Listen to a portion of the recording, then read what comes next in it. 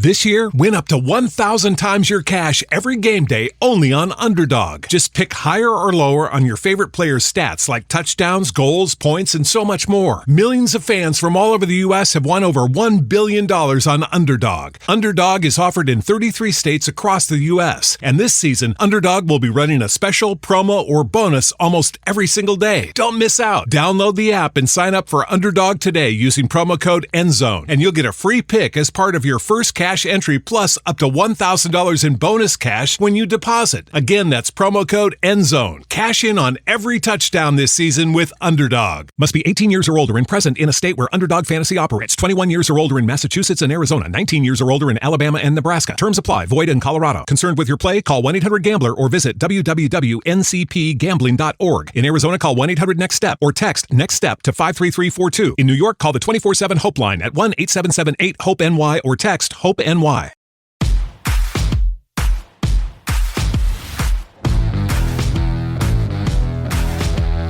Welcome to the Dogs Podcast with your hosts, Blake Reneker, Justin Charles, and Josh All. What's up, Browns fans? Welcome back to another Dog Pack Discord episode, previewing this week's loss against the Eagles. That's right, you heard it here first. Will not be picking the Browns to win a game until they show me that they can win it. I know we beat the Jaguars, but at this point I feel like you're not going to get an insanely good punt to the one by your punter every single game that helps you get a late safety. So unless we can start counting on safeties every single game late in the fourth quarter, I will be picking us to lose until they show me something different. Hopefully that's not too pessimistic for you guys. So we're going to talk about the Eagles game coming up this week. Obviously, it's been a tumultuous week to say the least. If you're a Browns fan, it feels like it was a month. It's only been 5 days since the game. So we got some stuff to cover. We got a voicemail to get to from DF Sports. So if you want to get your voicemails on the show for one of these Dog Pack Discord episodes or one of our reaction videos post game, head to thedogspodcast.com, type leave voicemail in the drop-down menu. If you prefer to just listen to the show, you find us on Apple, Spotify, and Google. If you're watching on YouTube, please like and subscribe. Make sure you have the notification bell tapped so you don't miss any of the content we're putting out. We're doing these Dog Pack Discord episodes. We're doing reaction videos after the games on Monday nights typically. Kenny Mack and myself are going to start putting out episodes. We've arranged this. We've already got some plans set in motion, so you don't want to miss any of this stuff that we're doing. So make sure that notification bell is tapped. You can also find us on all the social media platforms. Just search at the Dogs Podcast. And lastly, if you're looking for more Dogs content, you want to be a part of these Dog Pack Discord episodes, you want to get your thoughts on the show, you want to ask us questions directly and hear them answered right away on these episodes, you want to have an impact on how the show goes. You give us a lot of topics, especially into the off season. You want to play fantasy football with us, meet a bunch of people from all over, and just kind of get to be a part of something really cool. Head to the Dogs or jointhedogs.com, become an official Dog Pack member. It's a great time. Everybody in here is really awesome. So if that's something you're into, again, that's jointhedogs.com. So we're going to preview the Eagles game. And before we jump into what we're all kind of thinking and then getting to Dog Pack members, bringing them up here on stage and letting us give us their thoughts, we do have a voicemail from Derek DF that we want to play. So let's go ahead and get to that. What's going on, guys? This is Derek Frisbee. I hope you're surviving the torture as well as I am. But I do agree with what Blake said on the last episode. I don't think Kevin Stefanski should be fired. It's not been perfect, but I don't think we should get rid of Stefanski. And here's the thing. Kevin's got to find his balls. Kevin has got to step up to the plate and make some big boy decisions. I don't care what Jimmy Haslam says. You know what needs to be done. Because here's the thing. This has been absolutely atrocious. The Browns are scoring 14.4 points per game on average this year. That's worse than the 0-16, worse than the 1-15 seasons. We are averaging 3.8 yards per play. That's worse since 2018 in the NFL. And here's the thing. We were 1 of 13 on third down on Sunday. That's been a problem all year long. And you're not going to be able to do anything offensively or defensively for that matter. But I do think there is a way to turn this around a little bit and win some games this year. Absolutely have to go under center, run through Nick Chubb when he comes back in the Kevin Stefanski offense. with Jameis Winston heading up the offense, that's going to be the only way to figure out what we have here and how to fix it. We know Deshaun's not the guy. We cannot let Kevin die on this sword without finding out, is it him? This is probably a question we're going to ask ourselves the rest of the season, throughout the offseason.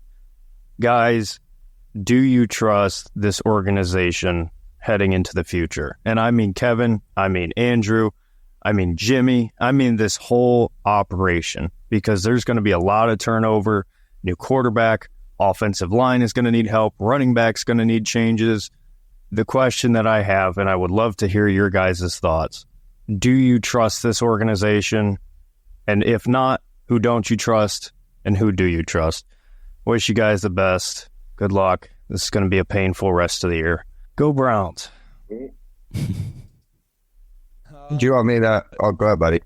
I was just going to say, there's a lot of good stuff in DF's voicemail there. If you would have asked me, do I trust this organization? If you would have asked me this like 8 weeks ago, I would have been like, oh, for sure. They built up so much. Yeah, of course, I love everything we're doing. I think the answer to that question is it's hard to decide in turn. It depends on how we handle what's coming up next. You know what I mean? Like, that is Andrew Berry. Up until this point, I've been on board with everything we've done for the most part. I was down on not adding some OL depth. I was down on not adding tight end depth. But overall, we've been huge supporters of what AB and Kevin have been doing for the last 4 years in terms of building the roster, changing the culture, all that good stuff. I mean, we talked about it a ton on the show. So they built, and if you asked me this 2 months ago before we started on this 1-4 start and looked like the worst team in football, I said for sure I trust them to do what's right. Now, it's how are they going to handle this? Because based on what we've seen, and my brain keeps saying they're going to come out this week. They realize the issue. They're going to go back to what they do. They're going to make it easy on Deshaun. And we're going to do, and we're going to look good this week. But my heart won't allow that because it's not ready to be hurt again. And I just, until I see us actually make that kind of change in a game, as much as my brain might be trying to trick me, I just am not buying that that's what's going to happen. So do I trust them? I guess my answer is wishy-washy. It's we'll see. I trust them. I trust them more than I would have any other front office that we've had pretty much in my life. But I think how they react to this current situation and how they handle this in the next, month, that's going to be telling of. It's going to set the stage for this front office and this organization going forward, like the next couple weeks of this season. Yeah. That's where I'm with you, Blake. Up until the beginning of the season, I was completely on board with everything from top to bottom. I'm like, hey, Jimmy's pushing money forward. We're getting to make, some extra moves here. We're pushing, we're restructuring. I felt like Andrew Berry, there was things that didn't get addressed, but I'm like, all right, hey, we'll figure it out. Honestly, like with Stefanski, like he was talking about, Stefanski needs to find balls. I don't think it's even in Stefanski's hands at all. I don't think he has any say at all with what's going on. I honestly think it's a lot of probably Jimmy going, hey, I ponied up $230 million because, Andrew, you told me this was a move that we needed to make. Kevin, I'm sure he had input on it. Figure it out. I'm on the books for it. So now I'm kind of with you, man. I'm like, damn, much as I'd like to go, hey, yeah, they're going to figure it out. We're going to make some changes. I'm not sure we're going to do that. And I'm on the record for a couple of weeks. I'm very nervous that Kevin's going to go down, with the ship. And maybe Andrew Berry, you know what I mean? Like, I don't know if you can get out of what this contract and this trade and everything's going to be at the end and go, oh, hey, there's nobody's going to be held accountable. And I know it's not 100% on those guys, but it's looking like this trade was a huge mess. I know that we all have been on board with it. And at the time, everything up until, a few weeks ago, we're still, adamant because we want our team to be successful. You know what I mean? And at this point, it doesn't look good. And it doesn't look like Kevin's in charge. And it is what it is. Yeah, I know you say, you hope it doesn't like lose Kevin his job. We still like AB and the way he handles the cap and his financial approach to building a team and everything like that. He's very smart, but man, $230 million gets people fired. I'm just saying, like, Jimmy, you're right, dude.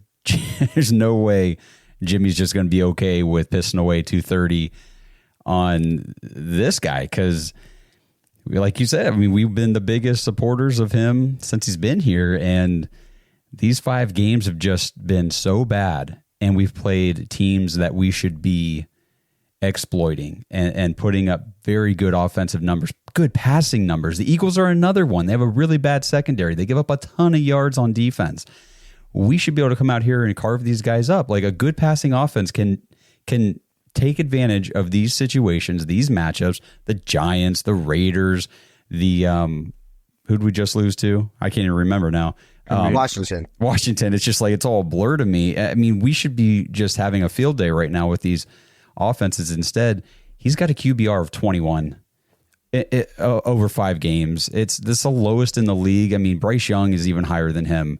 I looked up the other day, the lowest QBR over all of last season was Zach Wilson, and it was like 34. Deshaun Watson's at 21. It's bad, man. The only thing I'll say about in terms of job security for Stefanski and AB is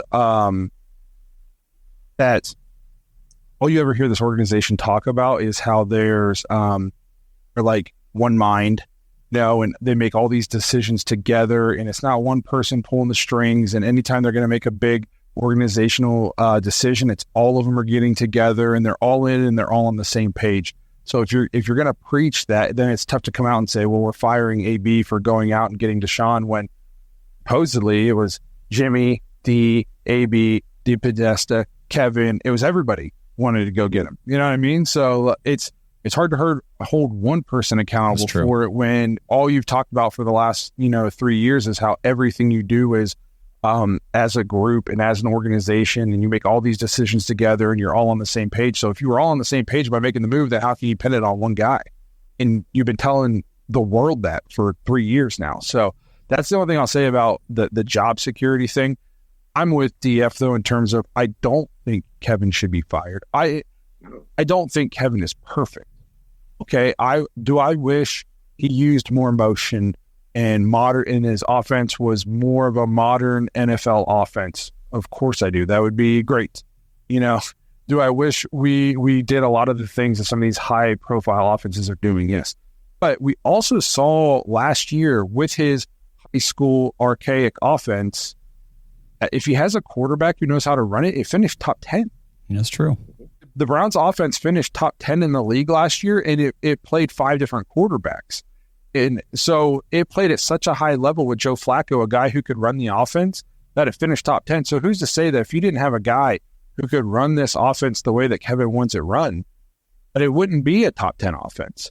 I mean, everybody always craps on Kevin for not having a top 10 offense when he's been here and he's supposed to be an offensive guy. But he played a year. He had a very good year with Baker. Then he had a hurt Baker. Then he had Brissett and Deshaun coming back here, and then injury season last year with all the 5 different quarterbacks.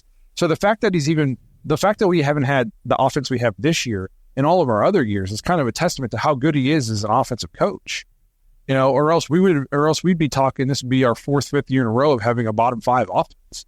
I mean, so I think this offense can be explosive. It's a different kind of explosive. If you go back to Baker's, year 2020 when we went to the playoffs, Browns were putting up a ton of points. Like we were scoring a lot of points, especially down the stretch of the season. So I don't think Kevin is perfect, and there's some things I wish he would do. And I also think he gets, like when people say he's too cute. I watch tons of NFL games. Every NFL team runs trick plays. They just run them better than we do.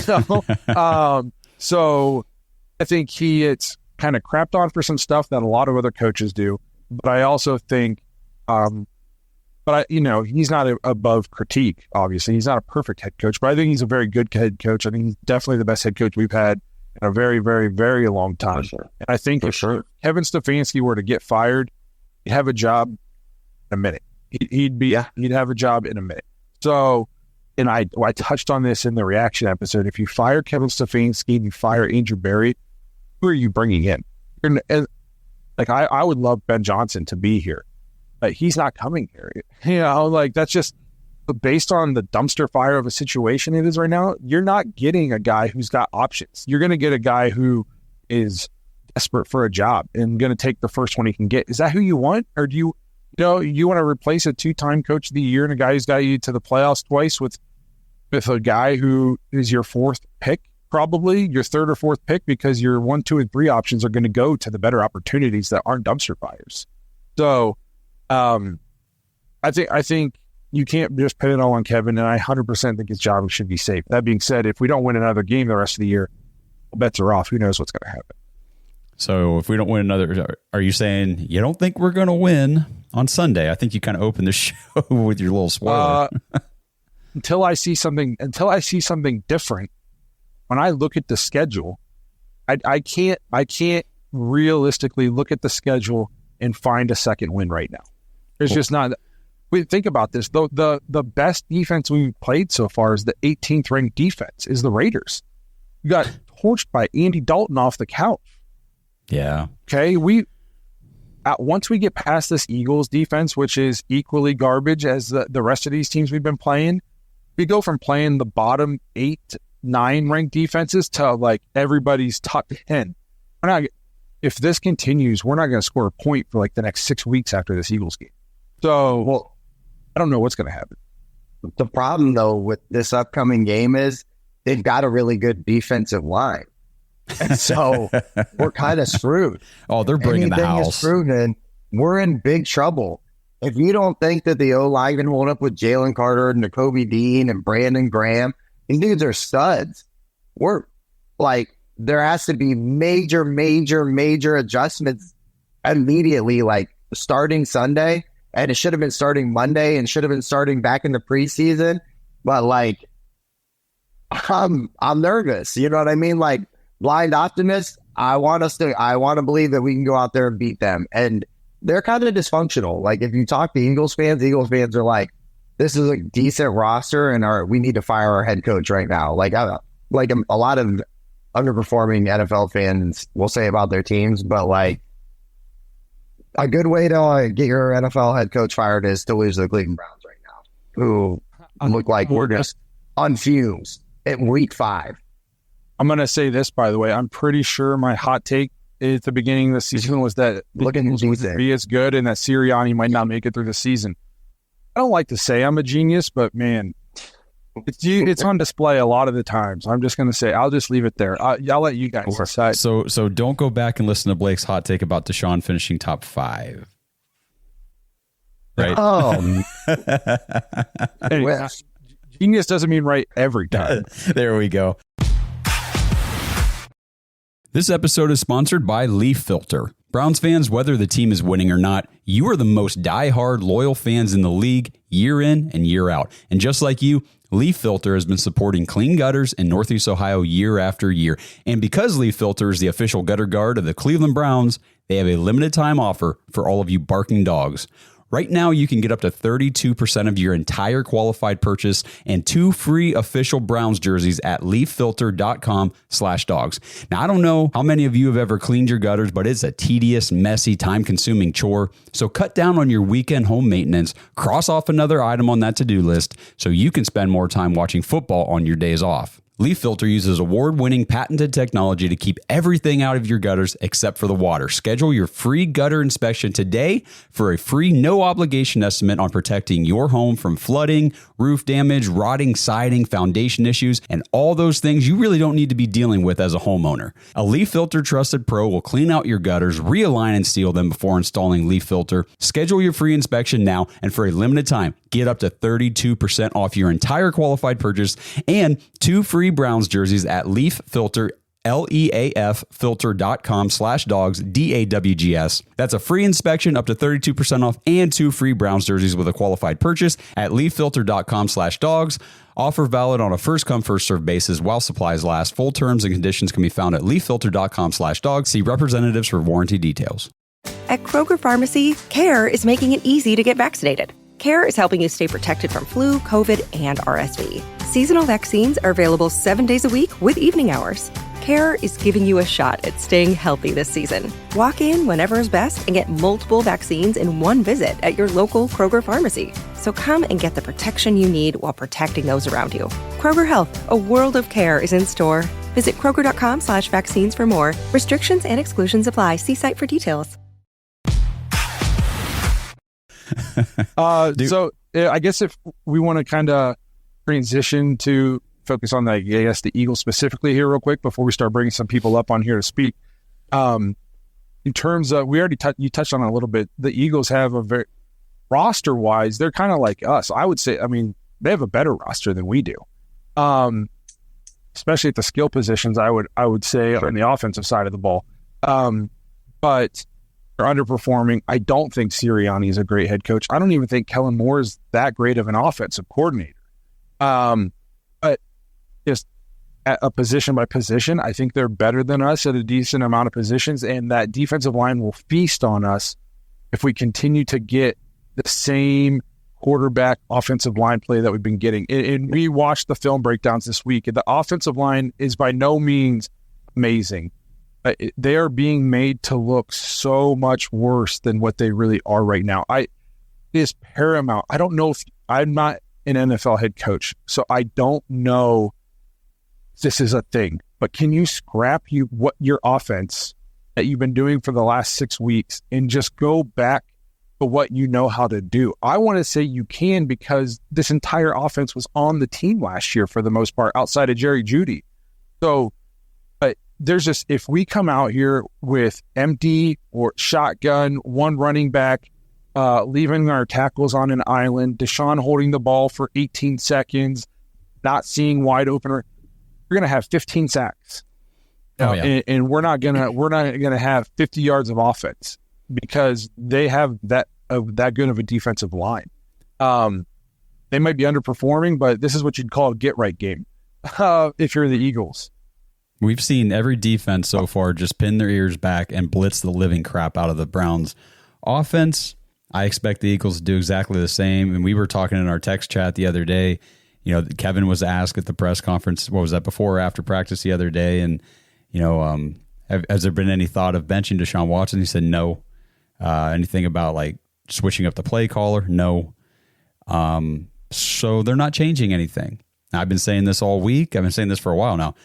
They're not going to change anything. I'm not going to change my expectations on what I'm going to see on Sunday. I don't think it's going to be very pretty. Well, I'm so torn mentally because it has only been 5 weeks. So part of my brain says, of course you don't blow it up after 5 weeks. It's brand new. You got to give it time.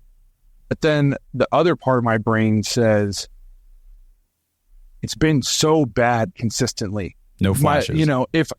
If I want to work through some of the rough patches, I need to at least see like a little bit of like week to week improvement. So maybe the Dallas game was awful, but then the next game, okay, we did this better. Then the next game and sure, maybe we haven't hit peak yet, but every week you're seeing like improvement and you're seeing progress and you're like, okay, let's stick with this. This is worth sticking with for another 5, 6, 7, 8 weeks or even the season. It's been getting worse weekly. And so it's like, you make a change in terms of play calling. I don't know if it matters who calls the plays because people are open. Yep. I'm with you. People are open. And again, do we have an elite wide receiver core? I don't know if we do. I think we have a solid wide receiver core. Do we have an elite line? No. Do we have a line that I think is capable of winning football games? Yes. I would make the argument that if Jameis Winston started quarterback for the Browns all 5 games this year, I would feel comfortable saying the Browns would have at least 3 wins. And the defense would be looking better. We wouldn't be talking about what's wrong with the defense. And I just think that one position is crippling Browns. And some people will say, you can't blame it all on one guy. Well, again, everybody can be having problems, but if your foundation is bad, and there's no doubt about it, Deshaun is the foundation of the offense. Everything was built and put in place for him to succeed. He's making everybody else look worse. I mean, just go watch the film breakdowns. It's it was almost shocking. Like, I knew it was bad, but I don't know if I've ever seen professional quarterback play as bad as I watched in the Washington Commanders game film. Well, I've never seen anything like it. His second single-digit QBR game of the year, so it was clearly bad. It was very bad. You're right.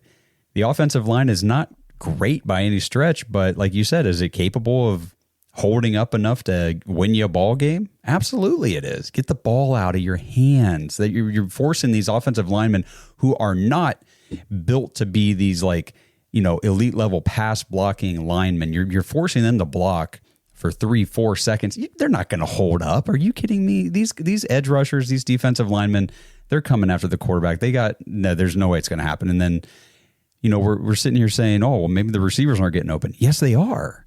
They're open. It's like he doesn't.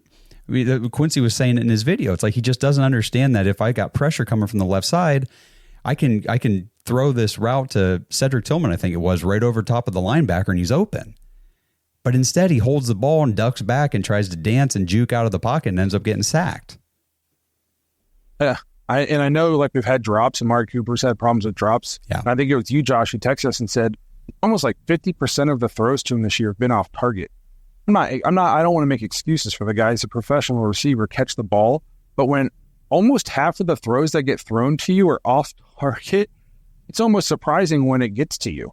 You know what I mean? Like, you're so, everything is so out of whack. And it's like, when it rains, it pours. It's like, of course he's not, again, I don't want to make an excuse for the guy. Catch the ball when it's thrown to you. But when 50% of the throws that are coming to you are off target, like, how focused are you? It's that bad.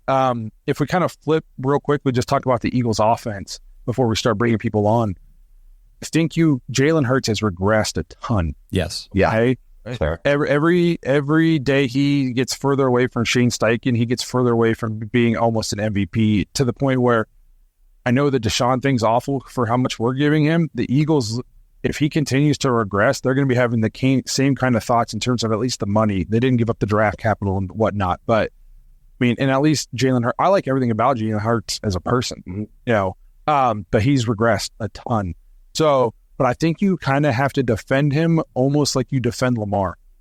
Like, you can't just try to go all out pass rush, get 10 yards up the field. I think you have to maintain your lane responsibilities when you rush. This is a huge week for our interior defensive linemen, because if we can get Miles and Za'Darius and our other edge rushers up the field, we can't just have wide open rush lanes. It's got to be a contained rush. Hopefully Mike Hall plays this week. It'll be good to have him back if he's in shape and he can play and can contribute.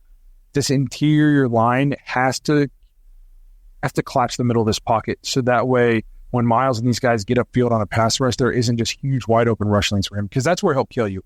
Even if he's not throwing the ball well, he'll come out and run all around, and be dangerous with his legs. So obviously they have great receivers, and I think they're coming back. But I think if you can contain rush Jalen Hurts and keep him in the pocket, that's by far your best chance at success. It is, but we have struggled mightily in recent weeks against the running backs, and the Eagles just so happen to have like one of the best in the entire league. Saquon Barkley.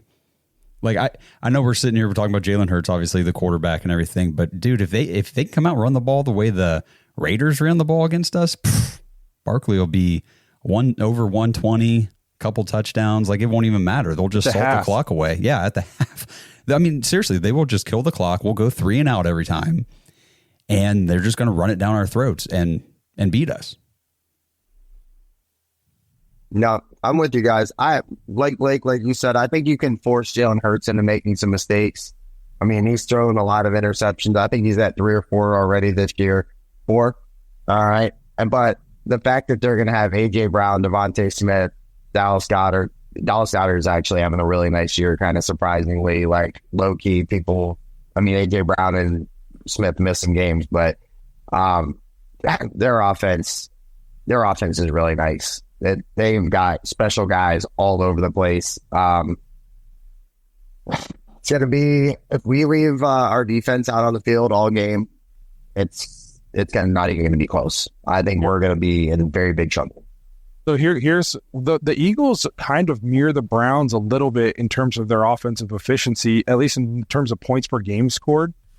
They scored 34 points week 1 against the Packers in what was like that crazy game. And I think Jordan Love played the whole thing or he got hurt. I don't remember. He got hurt the last play. But then they score 21 against the Falcons, and then they only score 15 in a win, and then they only score 16 in a loss. So they're barely scoring 4 points. I mean, the week 1, they had the good week. Saquon went off like 3 touchdowns in his first game as an Eagle. But outside of that, they're not lighting up the scoreboard. And they got, like you listed off, they got Saquon, who's 3rd or 4th in the league in rushing. They got Jalen Hurts, a former MVP candidate, Devontae Smith, A.J. Brown, Dallas Goedert. These are 2 offenses that should be performing better. Yeah. Okay, so it's like which one of them is going to wake up this game?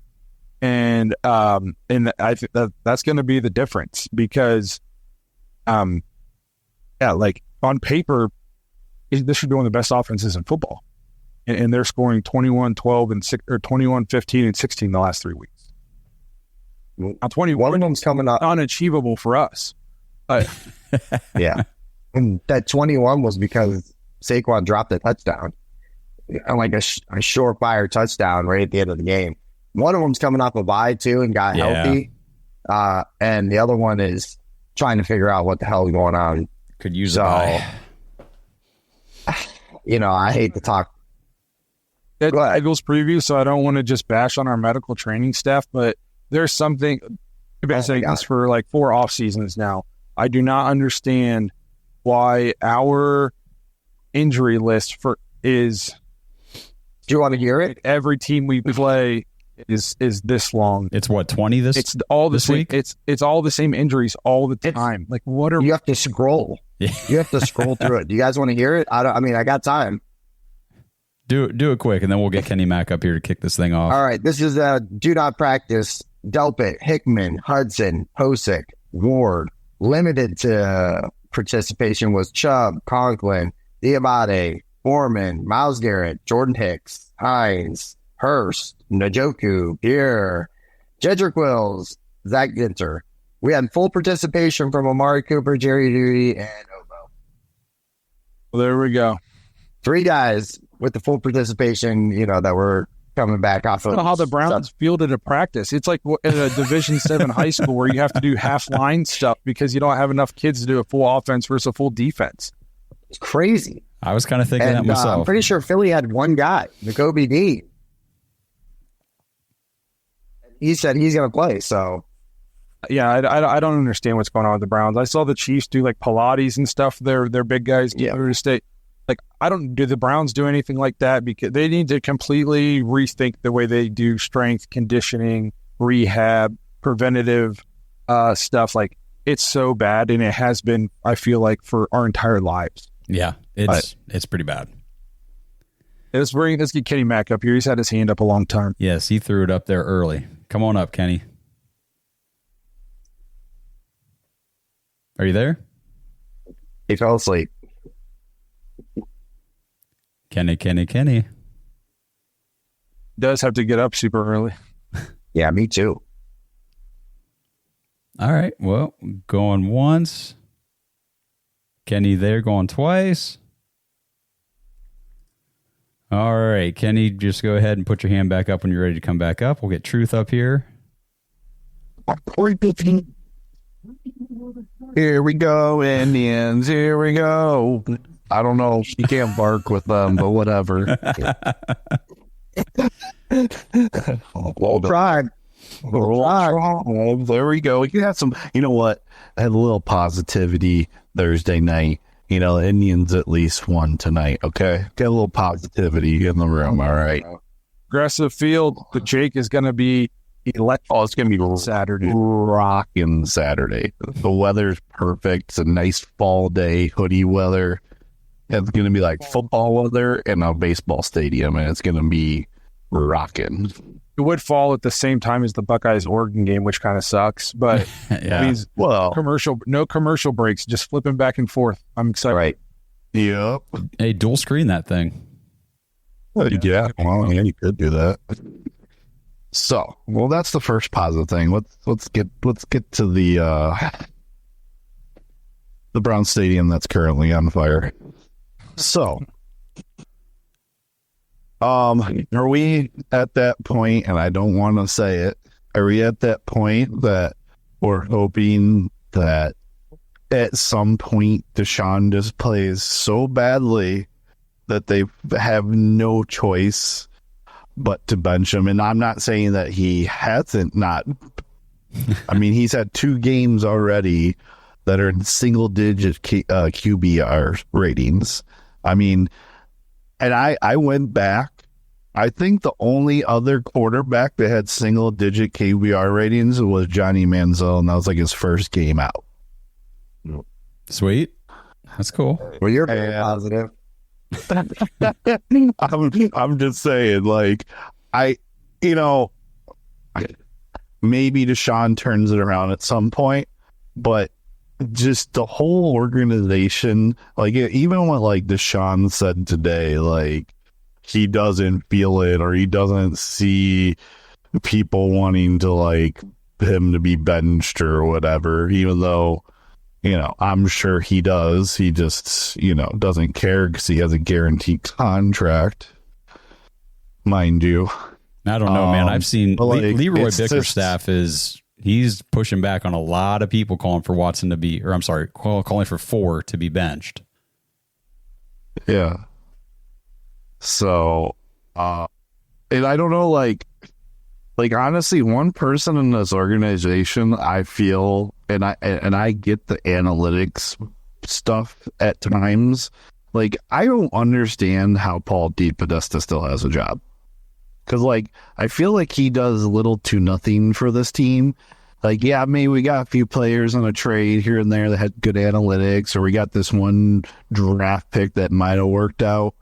But, like, he's been here, since, Freddie? Or before Freddie was here? Mm-hmm. Hugh Jackson? It's been a while. I think he was here with you, wasn't he? Yeah. I think it's been like 10 years now. Yeah, but what has he really done for this organization? Like, it just, seems like he's just a background character. We see him, every once in a while, and he just collects a check. So we should have him on the show. Seriously. Do you find him? Is he witness protection program? I'm not sure. I don't want to be that guy, but is Justin and Josh frozen for anybody else? Uh-oh. Must just be for you. I think everything's good on my end. But I am holding my arm up because I'm changing to another football game. Tony says we're good. I will say real quick to address what Brad was saying. I don't think I'll ever be at the point, and we'll see. I mean, who knows? 3 more losses, terrible, could change things. But I'm not rooting for anybody to go out on the field for the Browns and fail, because I don't want the Browns to fail. I want to freaking win games. I would love to go to Philly and shock everybody and come out with a win. Sean looks good, and we move the ball on offense. We score points. We pick up first downs. Imagine that. I don't know if it's going to happen. That's the problem. But I'm not rooting for it to just look the way it has, because honestly, it's not even fun to watch. The definition of insanity, man. Just keep doing the same shit and expect different results. Yeah. But I don't know what else to say about it. I hate when we have to do these shows and we've talked about it. We're talking about guys that, they're people, this is a job. So it sucks to, have to be like, well, this guy didn't do good, or these guys suck, or this guy didn't draft well, or I think as Browns fans, we only want success for the team. You know what I mean? I don't think there's anybody rooting against the Browns that, at least I hope not. Then what are you doing it for? You know what I mean? Why are you a Browns fan? But, no, I'm going to go into this game the same way I go into every Browns game, and I'll be like, hey, let's give them some hell and let's go get a win. And then, probably around 4:00, or I'm going to be like, damn, well, what game's on now? Yeah. Let's watch a different game. Let's see what, what not getting 9 penalties looks like. This episode is brought to you by Manly Bands. Dog Pack, if you followed the show for a while, you know that I recently got married. I got my wedding band at Manly Bands. Now, I opted for something a little more simple, so I just got a plain, simple, gold, polished band from Manly Bands, but that's not everybody. And I'm telling you, they've got so many cool different designs and materials available. They've got bands made out of Jack Daniel's whiskey barrels, meteorites, even dinosaur bones. It's so cool. Just head to manlybands.com, check out the selection, see what they have. They've even got build your own bands if you want to make a custom style band for yourself. And right now, use promo code DAWGS, DAWGS, at manlybands.com when you check out, and you'll get 25% off your order. 25% is a big deal. So make sure, if you guys are looking for a new wedding band, Blake mentioned last week or two on the show that, he's lost a lot of weight in the last year. And so his wedding band is a little too big for him. So he's thinking about getting a new one. And I told him, I said, just go to Manly Bands, see what they got. And the 25% off your order is such a great deal. You really can't beat it. So at least go check it out, see what they have. They've got some really cool stuff. And again, promo code DAWGS, DAWGS, if you decide to buy one, and you'll get 25% off of that purchase. If you don't know your ring size, you can order a free ring size guide. They'll ship it straight to you. You can punch out the little rings and put them on your finger to see which size fits you best. And then every single band you order comes with a free silicone ring for whenever you want to work out or go swimming or whatever you need a silicone band for. You get one for free shipped with your purchase of a Manly Band from manlybands.com. So check it out. Again, manlybands.com. Use promo code DAWGS for 25% off your order. Yeah, so it looks like Blake may have frozen. Not sure if he's still with us, but we got Kenny up here. Kenny, are you good now? Yo, guys, can you hear me? Gotcha, buddy. Yo! Yeah, man, my pod just did not want to connect, but I am back now. All right. DF's point, I am not sure about the ownership. I'm sure about Barry. I am sure about Kevin Stefanski. But here's my point. Baker Mayfield, 2 years ago, 3 years ago, whenever it was, you know what? They played him with that bum-ass shoulder. I was sitting there against the Lions. I watched him warm up. I looked at Stefanski. He looked like he wasn't going to go. They go back in. I'm like, it's going to be a Case Keenum day, man. It's got to be a Case Keenum day. He comes out. He plays that game. Baker gets booed off. We won because of Chubb. Baker gets booed off the field and leaves. And that whole entire season, I think, wow, if Case Keenum would have just subbed him out just a couple games, or they would have hired him for I don't know if he could do that back then. But if he would have just sat for a couple games, we would have had a better season. We would have had more wins. And this is where I don't get where this ownership's going, because that couldn't have been Kevin Stefanski's call. And it's the same shit that we're seeing now. We watched Deshaun Watson. We watched him out in the field. You watch the stuff that Josh has put out. You watch the stuff that Quincy Carrier put out. What is this guy doing? Like, all you got to do, 3-step drop, drive your foot back, and launch it. There's people open. And it's driving me crazy that this guy's still going out with you guys already mentioned, 2 single QBRs, and this dude's going to start again. It's a slap in all our faces. These guys want to buy a multi-billion-dollar stadium, and this dude, they're not ready to sink a $250 million just to get the stadium. Just get Winston out there, man. It is so frustrating. And so Barry Stefanski, it's not their decision. I mean, again, it's super weird. Receivers are open. I don't think you guys have to scrap this thing. Like, to Blake's point, get someone who can just throw the... Oh, I don't know if I'm going to drop an F-bomb. Just get someone who can throw the damn ball, okay? Get someone who can throw the damn ball. And, yeah, man, that's what I got. Like, just get... I don't know. You guys covered already. What else can we do? I agree, bro. I think Stefanski's straight handcuffed. Straight up. And I don't know. I think how much I would hope Andrew Berry has say in like roster decisions and stuff like that as the general manager of the team, but it very much feels like, hey, I ponied up a lot of money. Make it work.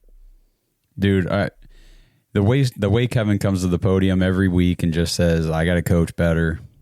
We got to play better. Deshaun's got to play better, and he will. Like, dude does not have a choice. There's no emotion with him.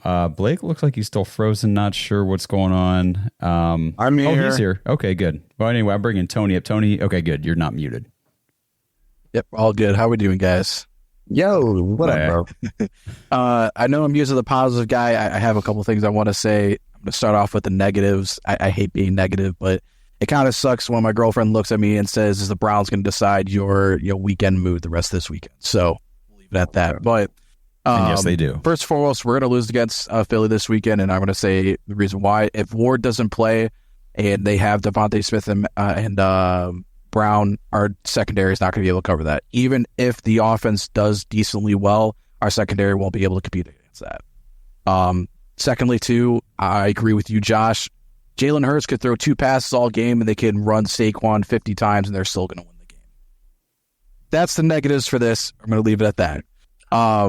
A third thing I wanted to bring up, too, because I know some people in the chat have brought it up and things like that, and Browns fans have been already kind of going like, who we're going to draft quarterback and things like that. I kind of want to say, even if we get down to that point where we're 3-14, whatever the case may be, the last thing that we're going to, in my opinion, you guys could disagree with me if you want.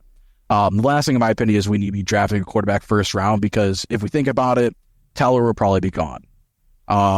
Maybe Bitonio, because I know he's got maybe 2-3 more years max, if that, and I wouldn't be surprised if he's moved at the deadline to a team that's going to go win a Super Bowl. We're going to have so many other holes to fix, where we have Winston, I think, on a 2-year deal, correct me if I'm wrong, and where you could plug him in and play next year and just be a starting quarterback all year. That's my thing with that. I just want to say that, because I know a lot of people on social media and stuff like that are saying draft quarterback, draft quarterback, draft quarterback.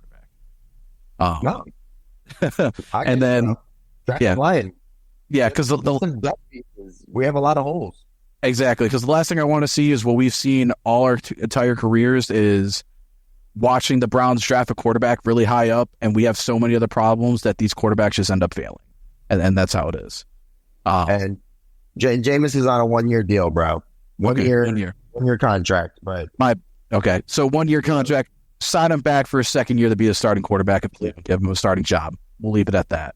But the last thing is, the one positive thing I will say is, I have a gut feeling where my heart tells me no, but I'm going to stick with it because I want to be positive in some sort of way. I think the Browns can pull a 2022 chapter out of Detroit Lions playbook. So where the Detroit Lions went this season, I think they started 1-6, I think was their season in 2022, and ended with a 9-8 record, I think it was, to almost making the playoffs. And I believe that can happen for 2 reasons. A, as much as I think Haslam really wants to start to Watson because he's put so much money in him, I would want to truly believe in this organization that if they go 1-6, lose against Philly, and then lose against Cincinnati for that first divisional game, you would bench Watson.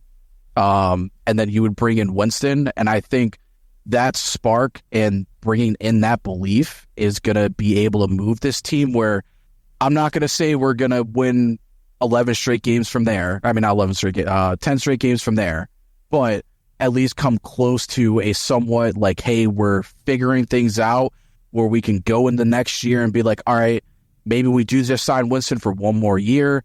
Bring back the pieces that we do want to bring back, but we kind of figured something out to at least salvage this season. I have a gut feeling that's what can happen, and I'm going to believe in that. But, as much as I think we're going to lose this Sunday, let's bring home a win. Let's show that we're still a competent organization. I love that energy, bro. 2 things. I'll address the last thing he said in terms of making a bounce back and making it a respectable season. I'm torn. If we're sitting at 1-6 and then the bottom's out, I just want to go get a top 3 pick. If we're not going to make the playoffs and we're not going to be a real contender, turns out we need a quarterback. So I want autumn out and go get a top 3, top 5 pick.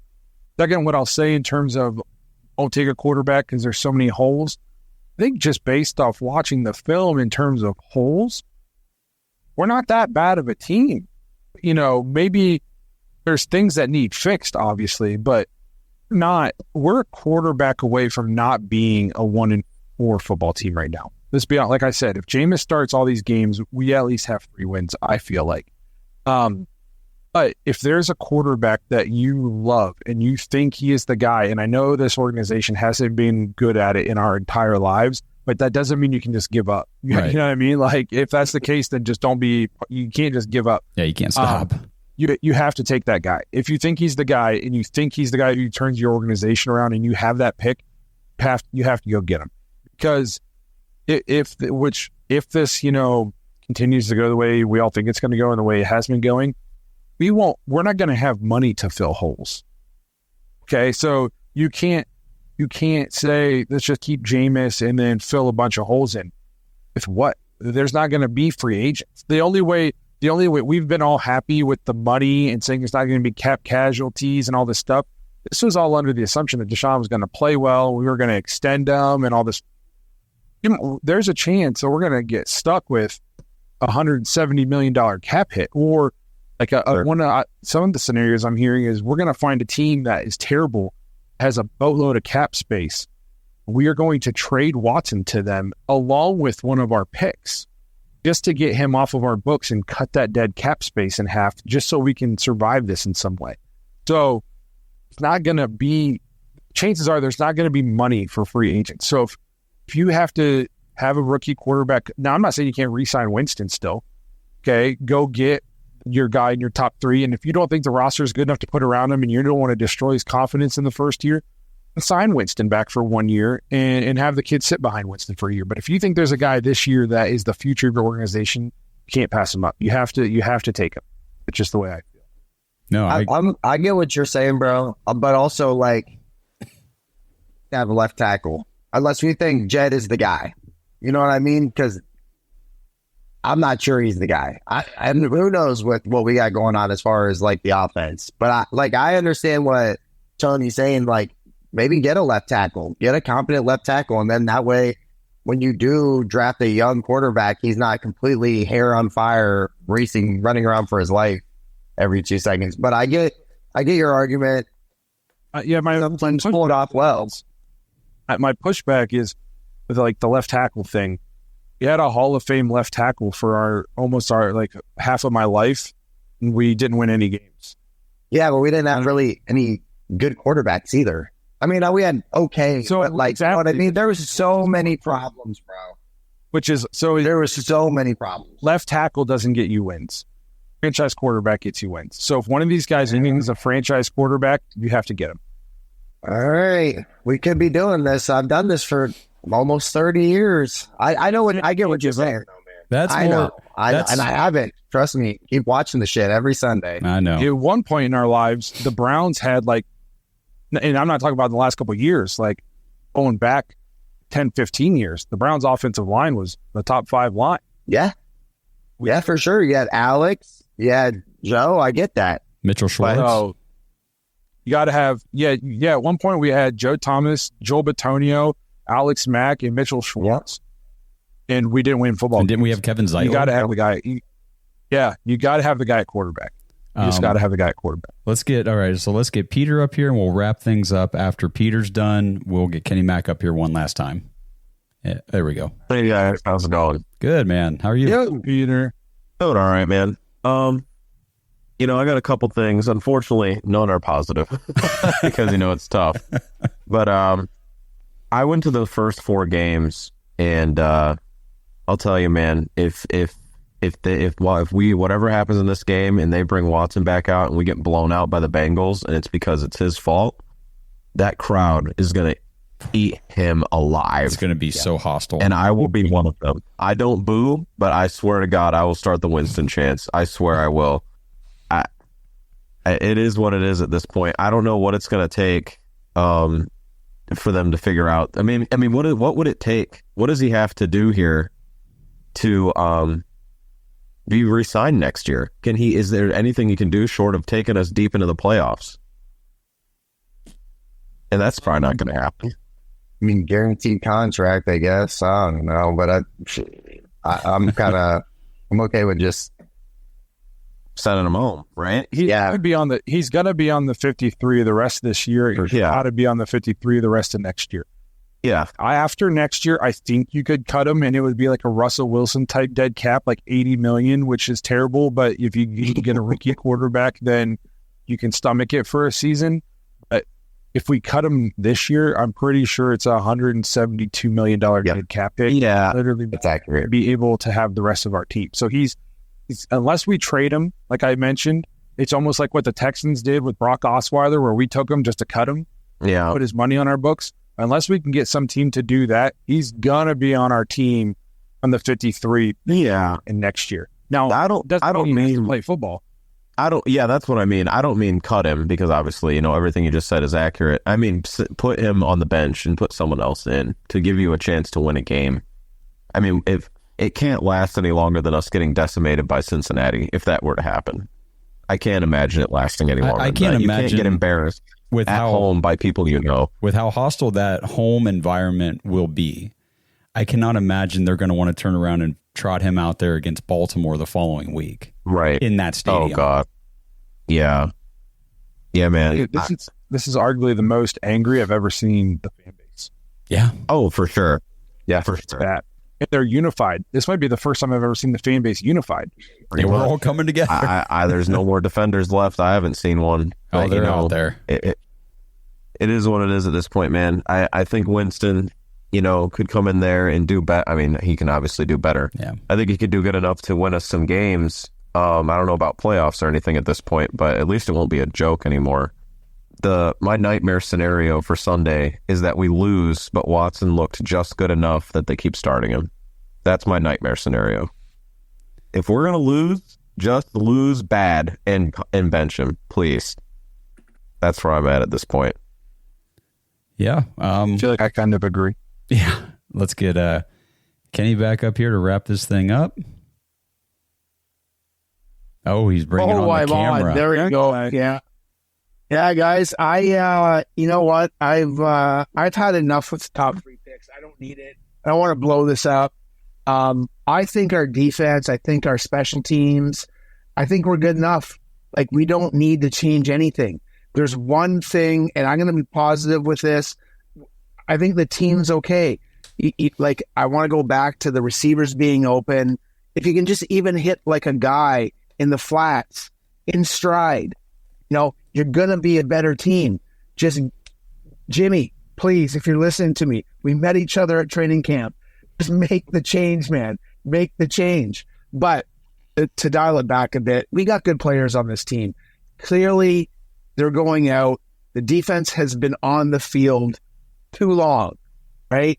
They're made to stop the run and then get after the quarterback, and that's not happening. We signed Dustin Hopkins for a reason. We can't use him because he continually goes on. We gotta go for it on 4th down, or we just can't move it between the 20s.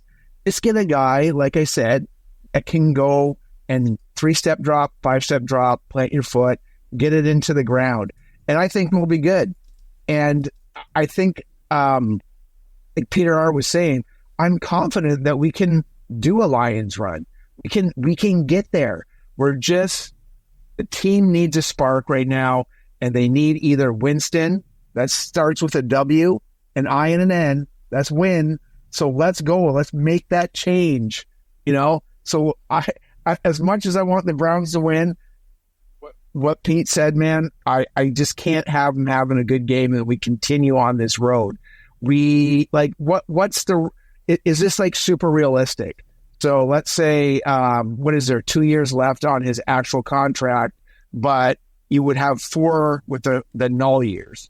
So you take the 172, and I think I did the math today, because I might be talking about this with Blake tomorrow, is $43 million a year, right?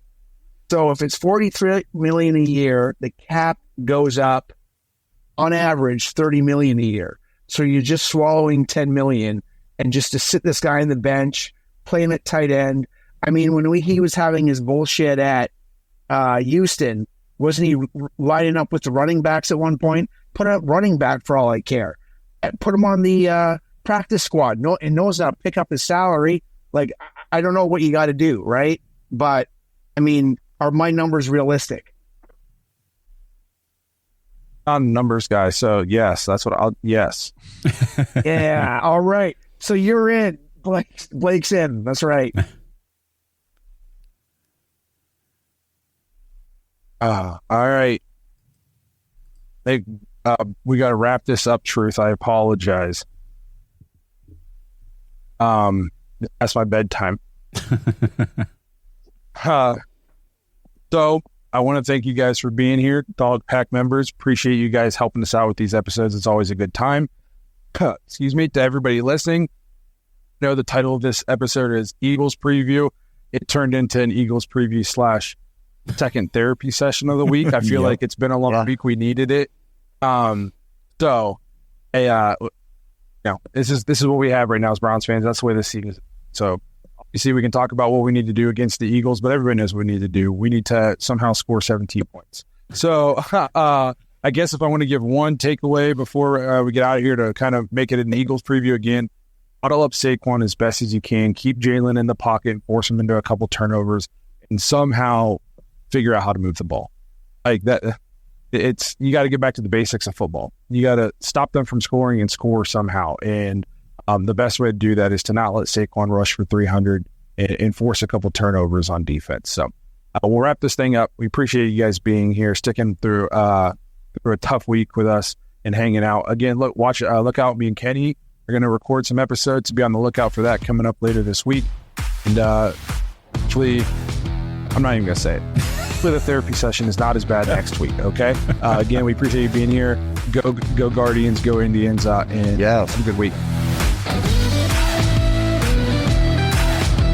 Thanks for listening to another episode of the Dogs Podcast. Make sure you subscribe on YouTube and follow us on Twitter at The Dogs Podcast. Get your thoughts on the show at thedogspodcast.com.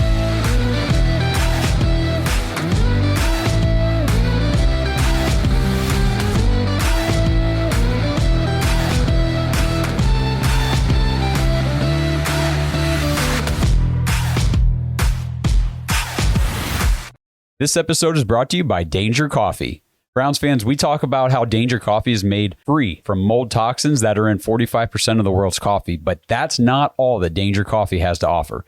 Mineral and nutrient deficiencies are a big deal. They make you feel sick, tired, stressed, and they can give you brain fog. These deficiencies negatively affect your immune system, your digestion, sleep, metabolism. Have you ever wondered why you get an initial burst from your coffee, but then you get that little crash not long after?